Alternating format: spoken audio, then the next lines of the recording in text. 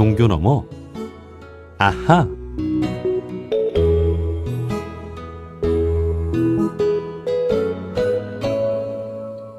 매주 월요일 코너입니다. 종교 너머 아하.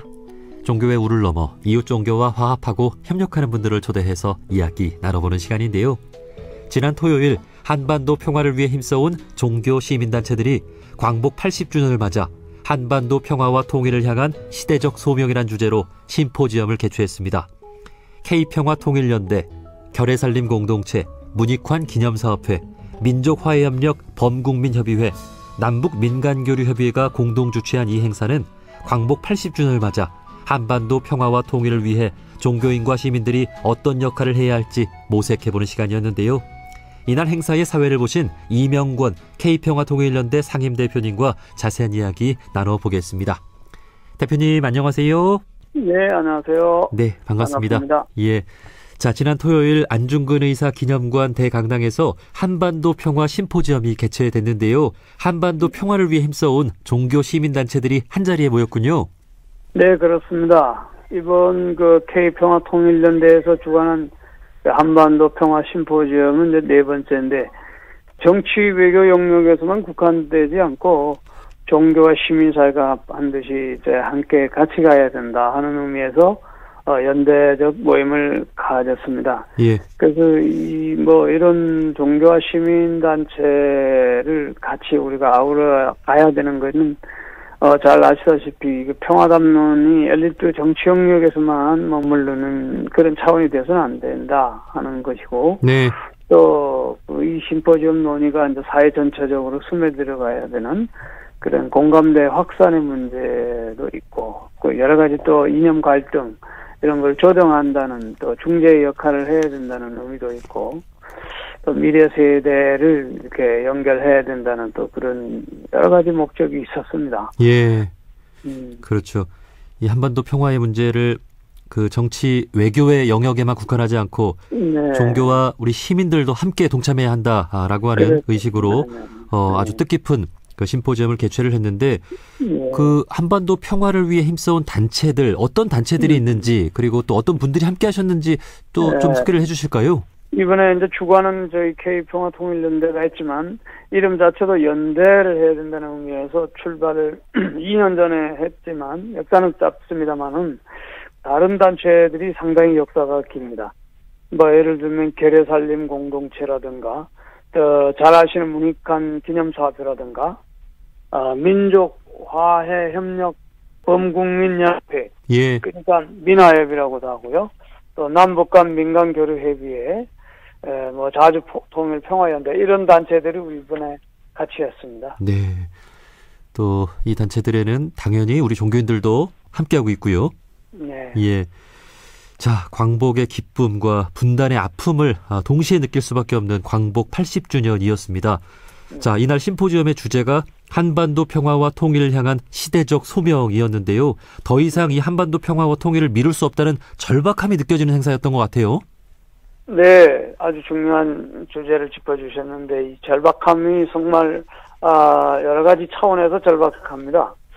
이제 더 이상 미룰 수 없는 그런 측면들이 있는데, 우선은 역사적인 그 절박감이 있죠. 45년 해방, 1945년 해방 되었지만 분단으로 이제 절반의 해방이었고, 53년 정전협정은 이제 전쟁을 멈춘 정도이지 평화를 최대가 우리가 얻지 못한 상태고, 또 아직도 여전히 유일한 분단 국가로 남아있다는 이런 역사적 절박감이 있는가 하면 안보적 차원에서도 마찬가지죠. 핵무기, 미사일 이런 크고 작은 또 충돌, 또 미중 패권 전쟁이나 러시아 우크라이나 이런 여러 가지 동북아 정세가 안보적 위험 속에 휘말아준 상태다. 그래서 한반도 평화 최대 구축은 그 단순한 남북 문제가 아니고 전 세계 안보 불안하고도 관련된 그런 국제적 의미가 있다는 것이고, 뿐만 아니라 이제 인도적인 절박감도 있어요. 수십만, 우리가 잘 알듯이 이산 가족이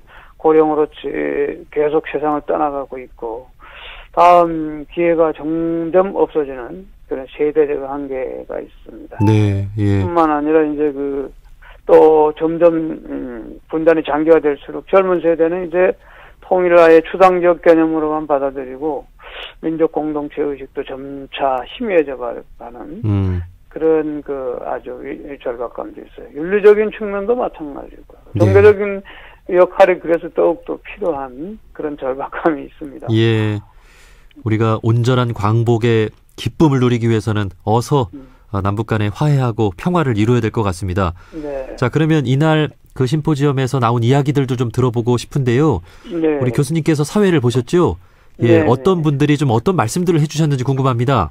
네, 우선 기본적으로 이제 축사를 여러분들이 해주셨는데요. 그 이재정 전 통일부 장관께서도 통일시대가 하루도 다가왔다. 근데 우리가 알다시피 지난 윤석열 시대에는 남북 관계가 절망을 넘어 그 포기의 지경까지 이르렀다고 말했다가 이제 그 6월 3일 우리가 아시다시피 이재명 정부 탄생을 통해서 이제 조금 다시 평화 통일의 분위기가 다가오지 않나 하는 민주 시민들의 열망 이런 것들을 이야기했고 또 늑보 기념사업회 이사장인 이제 송경용 신부님도 상호 신뢰와 협력의 길을 우리가 회복해야 된다 하면서 문익환 목사님이 옛날 얘기했던 민주는 민중의 부활이고 통일은 민족의 부활이다. 결코 이 꿈을 포기해서는 안 된다. 그래서 이제 그런 말을 했고 또 국회의원 중에서는 그 조국혁신당의 강경숙 국회의원이 참석해서 또 축사를 해주셨는데요. 네. 이분도 원광대 교수였고 교육 담당하신 분이시지만 아주 중요한 국회의원의 한 사람으로서 초당적 협력을 통해서 한반도 평화정착, 통일기반 조성하는데 입법적 노력을 좀 아끼지 않겠다 그런 얘기도 했고 또 김삼열 민화협의 국민대표 상임의장도 통일은 이제 이상이 아닌 현실의 과제라고 이야기하면서 정말 지속 가능한 대화 교류를 촉구한 적이 있습니다. 그뿐 아니라 중요한 이제 강연을 두 분이 이제 하셨는데 한 분은 이장희 한국 외대 그 명예 교수이시면서 정치학 전공하신 이장희 교수가 자주적 군사 주권 회복의 길을 아주 강력하게 주장했어요.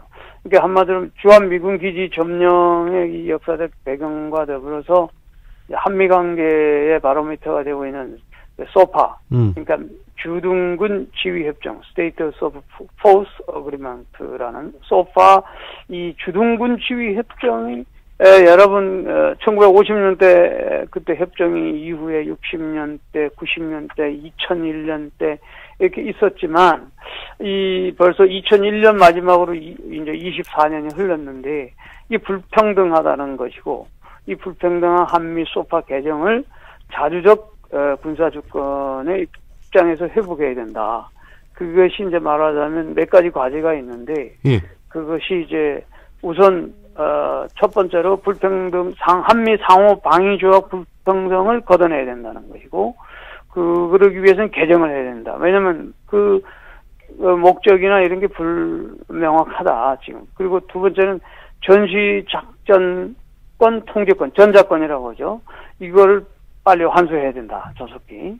그다음에 이제 자위대라든가 일본 외국 군대 진입은 자동으로 오게 하는 이런 것이 안 되고 사전 승인 조항이 반드시 신설돼야 된다는 것이고 또 미군 방위비 문제도 요즘 거론되고 있는데 이거는 안 줄 수도 있다. 이게 왜냐하면 협정 이 자체가 잘못된 거다. 이게 상호 54년 한미 상호 방위조약 제4조에 보면은 한미 주둔군 지휘 협정에 대한 상세한 이야기 있는데 이것은 그거에 대한 이 적절히 그 노태우 당시 91년 때는 방위비 특별협정을 새로 해서 한시적으로 이제 부담할 수 있다라고 했는데 부담한다라는 거하고는 다르다. 그러면서 안 할 수도 있다 하는 그런 조건을 이제 제시했고요. 하여간 그 자주 군사 주권 회복 이것에 대한 7개 개정 정책 건의도 했어요. 핵심은 전자권 환수 이거는 너무나 한국이 가져야 된다는 얘기 여러 가지 또 있습니다만 방위비 분담 좀 전에 이야기한 등등이 얘기가 있었고요. 이에 대해 이제 논찬으로는 서울대 교수인 우희종 교수가 이제 논찬을 했어요. 뭐라고 하시던가요? 논찬의 요지는 간단하게 얘기하면 지금 최근 주한미군의 역할이 이제 대북억제에서 동북아 관여로 넓어지고 있는 이런 현실 속에서 전작권 회수나 자주국방 목표에 서로가 충돌하는 이런 상황에서 오히려 기회가 왔다. 지금 상황에서는 그런 걸 회복할 수 있는 기회 상황이라는 것을 보고 이거는 이제 미국과의 신뢰 문제도 있지만 중국과의 외교적 경제 이런 균형을 동시에 고려하면서 감정적으로 우리가 대응하지 않고 순차적으로 상호주의 원칙을 통해서 이제 실무적인 합의를 이루어 나가야 된다. 그러기 위해서는 이제 타국 사례를 참조해서 한미 관계뿐만 아니라 일본, 독일, 소파 이런 개정 사례들을 보면서 점차적으로 해나가야 된다. 네. 절충안, 한미 모두가 체면을 세우는 절충안을 마련할 수 있는 그런 방법을 연구해야 된다. 그런 게 있었고, 두 번째 이제 강의한 이재봉 교수님도 뭐 잘 아시다시피 국제관계 전문가이신데 원광대학교 정치외교학과 교수죠. 네. 그래서 이분은 두 가지 테마로 좀 말씀했는데 간단하게 말씀드리죠. 미중 전쟁과 한국의 중립화 문제를 지금 얘기했고, 중립은 이제 전쟁에 참여하거나 지원하지 않을 뿐만 아니라 전쟁하는 나라에 어떤 편의도 제공하지 않는 것이 중립이라고 이제 정의하면서 우리가 미국의 안보 유익을 위해서 이 땅을 내놓는 그런 상태가 되어서는 안 되고, 이제 우리는 중국을 또 입장을 고려하면서 우리가 중립화를 추진해 나가야 된다. 그러면서 카터 전 대통령 이야기도 했어요. 그래서 중국이 지금 사실 새로운 강대국으로 부상하고 있지만, 그러나 평화적인 어느 정도 노선을 유지한 반면에 미국은 계속 200년의 역사 이래 가장 호전적인 국가가 되었다. 미국 카터 대통령이 그렇게 얘기해요. 그래서 이 독립 이후에 오늘날까지 200여 년 동안 딱 전쟁 안 한 나라 해는 16년밖에 없었다. 이거 전부 미국 이익을 중심으로 나간 것이다. 이제 그런 면에서 중립화 추진을 했고, 그다음에 트럼프 대외 정책을 좀 얘기했어요. 경제 안보, 그다음에 군사 안보. 이런 이제 지금 현대 우리가 어떻게 협상을 잘 해 나가야 하는데 한국은 어떻게 해야 할 것인가 하는 이제 문제 제기를 했습니다. 근데 이런 이야기에 대해서 또 논찬을 하신 분이 동국대 이호규 교수님이십니다. 예. 이분도 아주 평화공건 포럼 대표이신데 이재봉 교수의 질문에 대해서 한반도는 이제 대답을 어느 정도 하는 입장에서 논찬을 했는데, 이제 한반도는 이제 해양 세력과 대륙 세력을 잘 이용해야 된다. 물론 중립국주의를 선언해야 하고, 그런데 이제 우리가 자주성을 확보하기 위해서 또 군사적 긴장 완화, 또 통일 논의를 현실적으로 우리가 이루어 나가기 위해서 중립화가 이제 아주 필수적인데, 여기에 대해서는 이제 한두 가지 고려사항이 있는데, 제일 중요한 거는 현실적 실현 가능성이 부족하다는 거죠. 이 중립화가. 예. 그래서 북한과 이 남한 모두 기존 체제 유지에 강한 서로 간의 의지가 있기 때문에 중립화에 대한 공감대 형성을 어떻게 조성할 것인지, 또 주변국의 반발 가능성이 상당히 높다는 거죠. 네. 미국, 중국 다.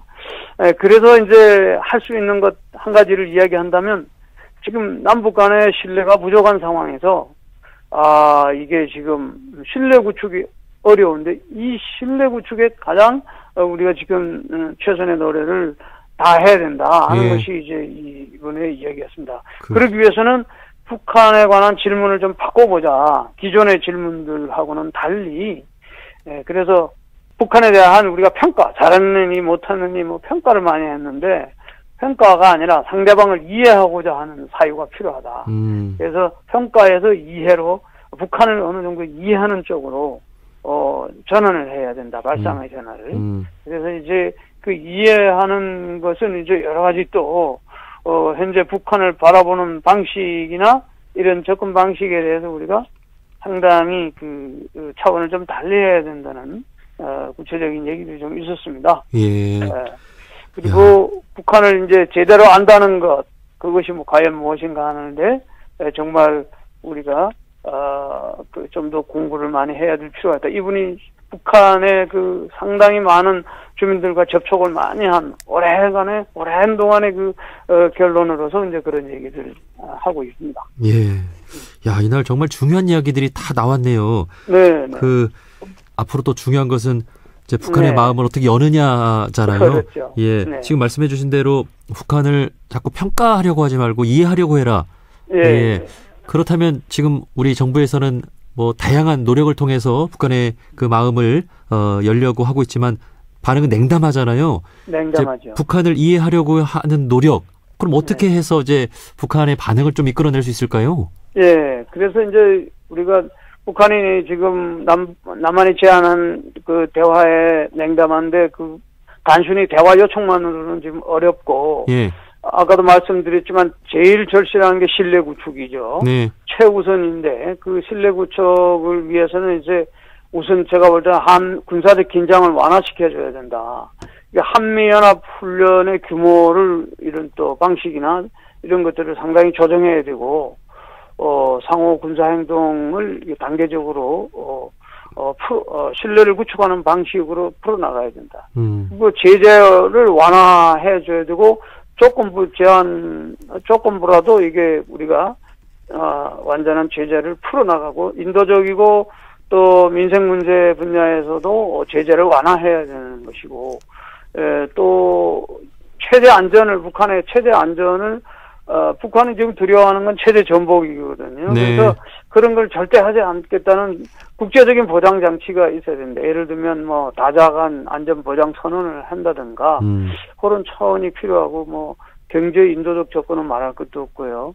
또 남북 공동 프로젝트를 재개할 필요는 당연히 있습니다만 금강산 또 개성공단 이런 작은 교류가 단계적으로 복원될 수 있도록 이제 일단은 조금 전에 말한 신뢰 구축을 하고 그리고 이제 기후 환경이라든가 산림복구, 수해 방지 이런 비군사적인 비정치적인 협력 분야에서 또 공동 대응을 해나가야 되는 것이고 또 문화적이고 인간적인 교류가 무엇보다도 정치적 대화보다 더 중요한 게 사람 대 사람의 접촉인데 네. 이산가족 상봉이라든가 이런 인도적 교류도 지금 빨리 그런 것도 뭐 물론 체육, 문화 교류, 예술단 교류 뭐 이런 것도 필요하지만 한 걸음 더 나가면 이제 다자적 접근이에요. 중국, 러시아와의 이제 우리가 협력을 유도해내야 되고 또 동북아 또 다자안보 체제 구성 이런 것들이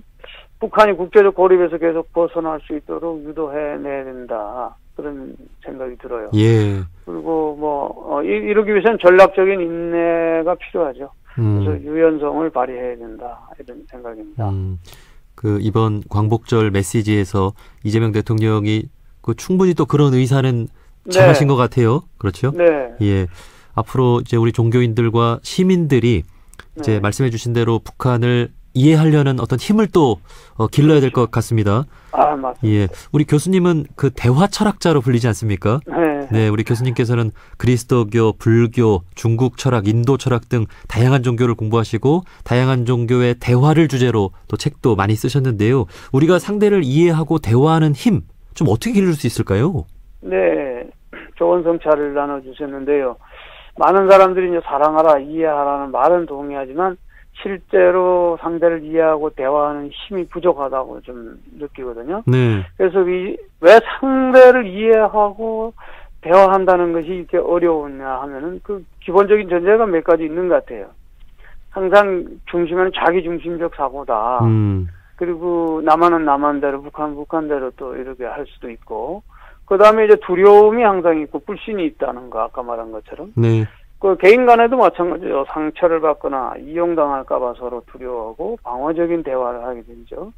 그리고 너무 또 좀 여유가 없는 아주 속도, 빠른 판단, 또 막 효율성 강조, 그러니까 상대를 깊이 듣는 훈련이 이제 부족한 그런 측면이 있고, 또 말이 가지고 있는 언어의 한계가 있어요, 사실은. 네. 말은 더 불완전하죠. 그래서 상대의 진심을 오해하거나 왜곡하기 굉장히 쉬워요. 그래서 중요한 거는 이해하고 대화하는 힘을 길러야 되는데, 이게 이제 소위 경청을 훈련해야 되는 거예요. 네. 상대를 뭐 바꾸려는 목적을 갖고 이렇게 하기보다는 경청하고 또 자기 성찰하고 내가 왜 감정적으로 대하는가 이런 것들을 한번 성찰해요. 그다음 공감의 그 상상력이 필요해요. 예. 역지사지라고 하는 거. 왜 저 사람은 저럴까? 내가 저 사람은 어떨까? 예. 내가 북한의 입장에 한번 되어보기도 하고 그런 것들이 이제 바로 불교나 자비, 기독교 사랑, 유교인 이런 것들이 다 역지사지의 상상력에서 난 비롯된다고 보는 거거든요. 그렇죠. 그러면서 이제 침묵이 필요하고 그러면서 우리가 이런 대화의 그 깊은 차원으로 좀 더 남북 대화도 그런 감정의 대립보다는 네. 또 상호 불신이나 이런 것보다는 공동체적 의미에서 이해하고 듣는 힘을 키워야 된다. 예. 하는 생각입니다. 저희 프로그램이 종교 간 대화 프로그램인데 사실 종교인들이 자기랑 같은 종교를 가진 사람들끼리만 대화하고 자기랑 같은 종교를 가진 사람들끼리만 사랑하면 그건 진정한 종교는 아닐 것 같습니다. 그렇죠. 예, 그 종교를 넘어서서 나와 다른 이웃 종교, 나와 다른 사상을 가진 사람들, 나와 다른 피부를 가진 사람들 다 존중하고 대화해야 그게 진정한 종교인이라는 생각이 드는데 우리 종교인들부터 그렇죠. 그런 그 마음을 가지고 또 마음의 힘을 또 길러 나가야 되겠죠. 그럼요. 교리와 이념 모든 장벽을 이제 넘어서는 게 대화의 목적이니까요. 예. 자, 광복 80주년을 지내면서 지금 이 땅에 살아가는 우리의 시대적 소명은 무엇인지 생각해 볼 수 있는 뜻깊은 또 한반도 평화 심포지엄을 이렇게 열어주셨습니다. 자, 마지막으로 꼭 강조하고 싶은 메시지가 있다면 좀 간단하게 한 말씀 해주실까요?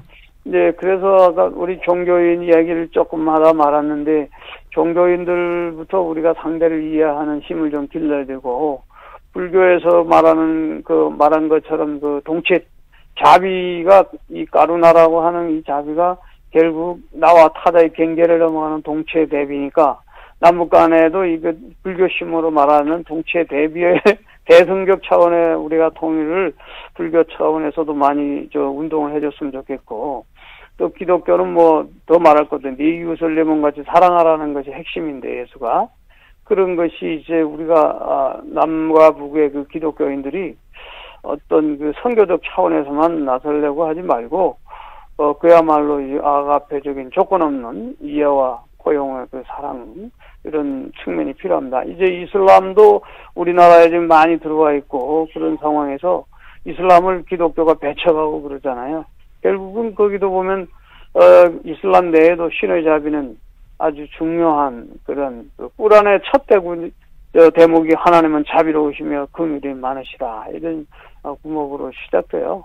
그리고 유교에서도 마찬가지로 공자는 미루어 생각하는 역지사지의 이런 정신 도교도 말할 수 없습니다. 그래서 이런 종교적 이 모든 종교인들이 하나로 좀 이런 자비의 마음, 사랑의 마음을 가지고 우리가 광복 80주년을 맞이해서 다시 한번 반성적으로 성찰하면서 연대적인 의미에서 분단과 극복의 시대적 소명으로 극복하는 것, 평화통일이 시대적 소명이라고 함께 다 생각하고 그 길에 나서주면 좋겠고요. 또 무엇보다 또 민주화 인권 그리고 세계 시민으로서의 그런 책임. 세계 시민은 이제 오늘날 기후 위기, 전쟁 난민 이런 것들이 많이 있죠.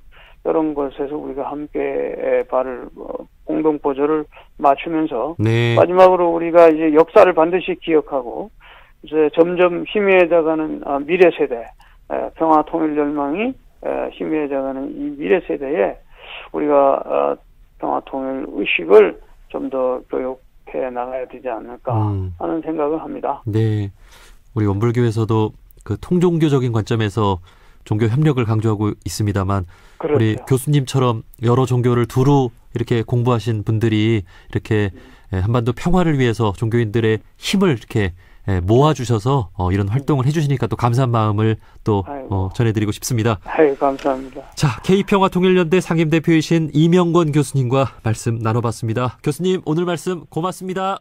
감사합니다.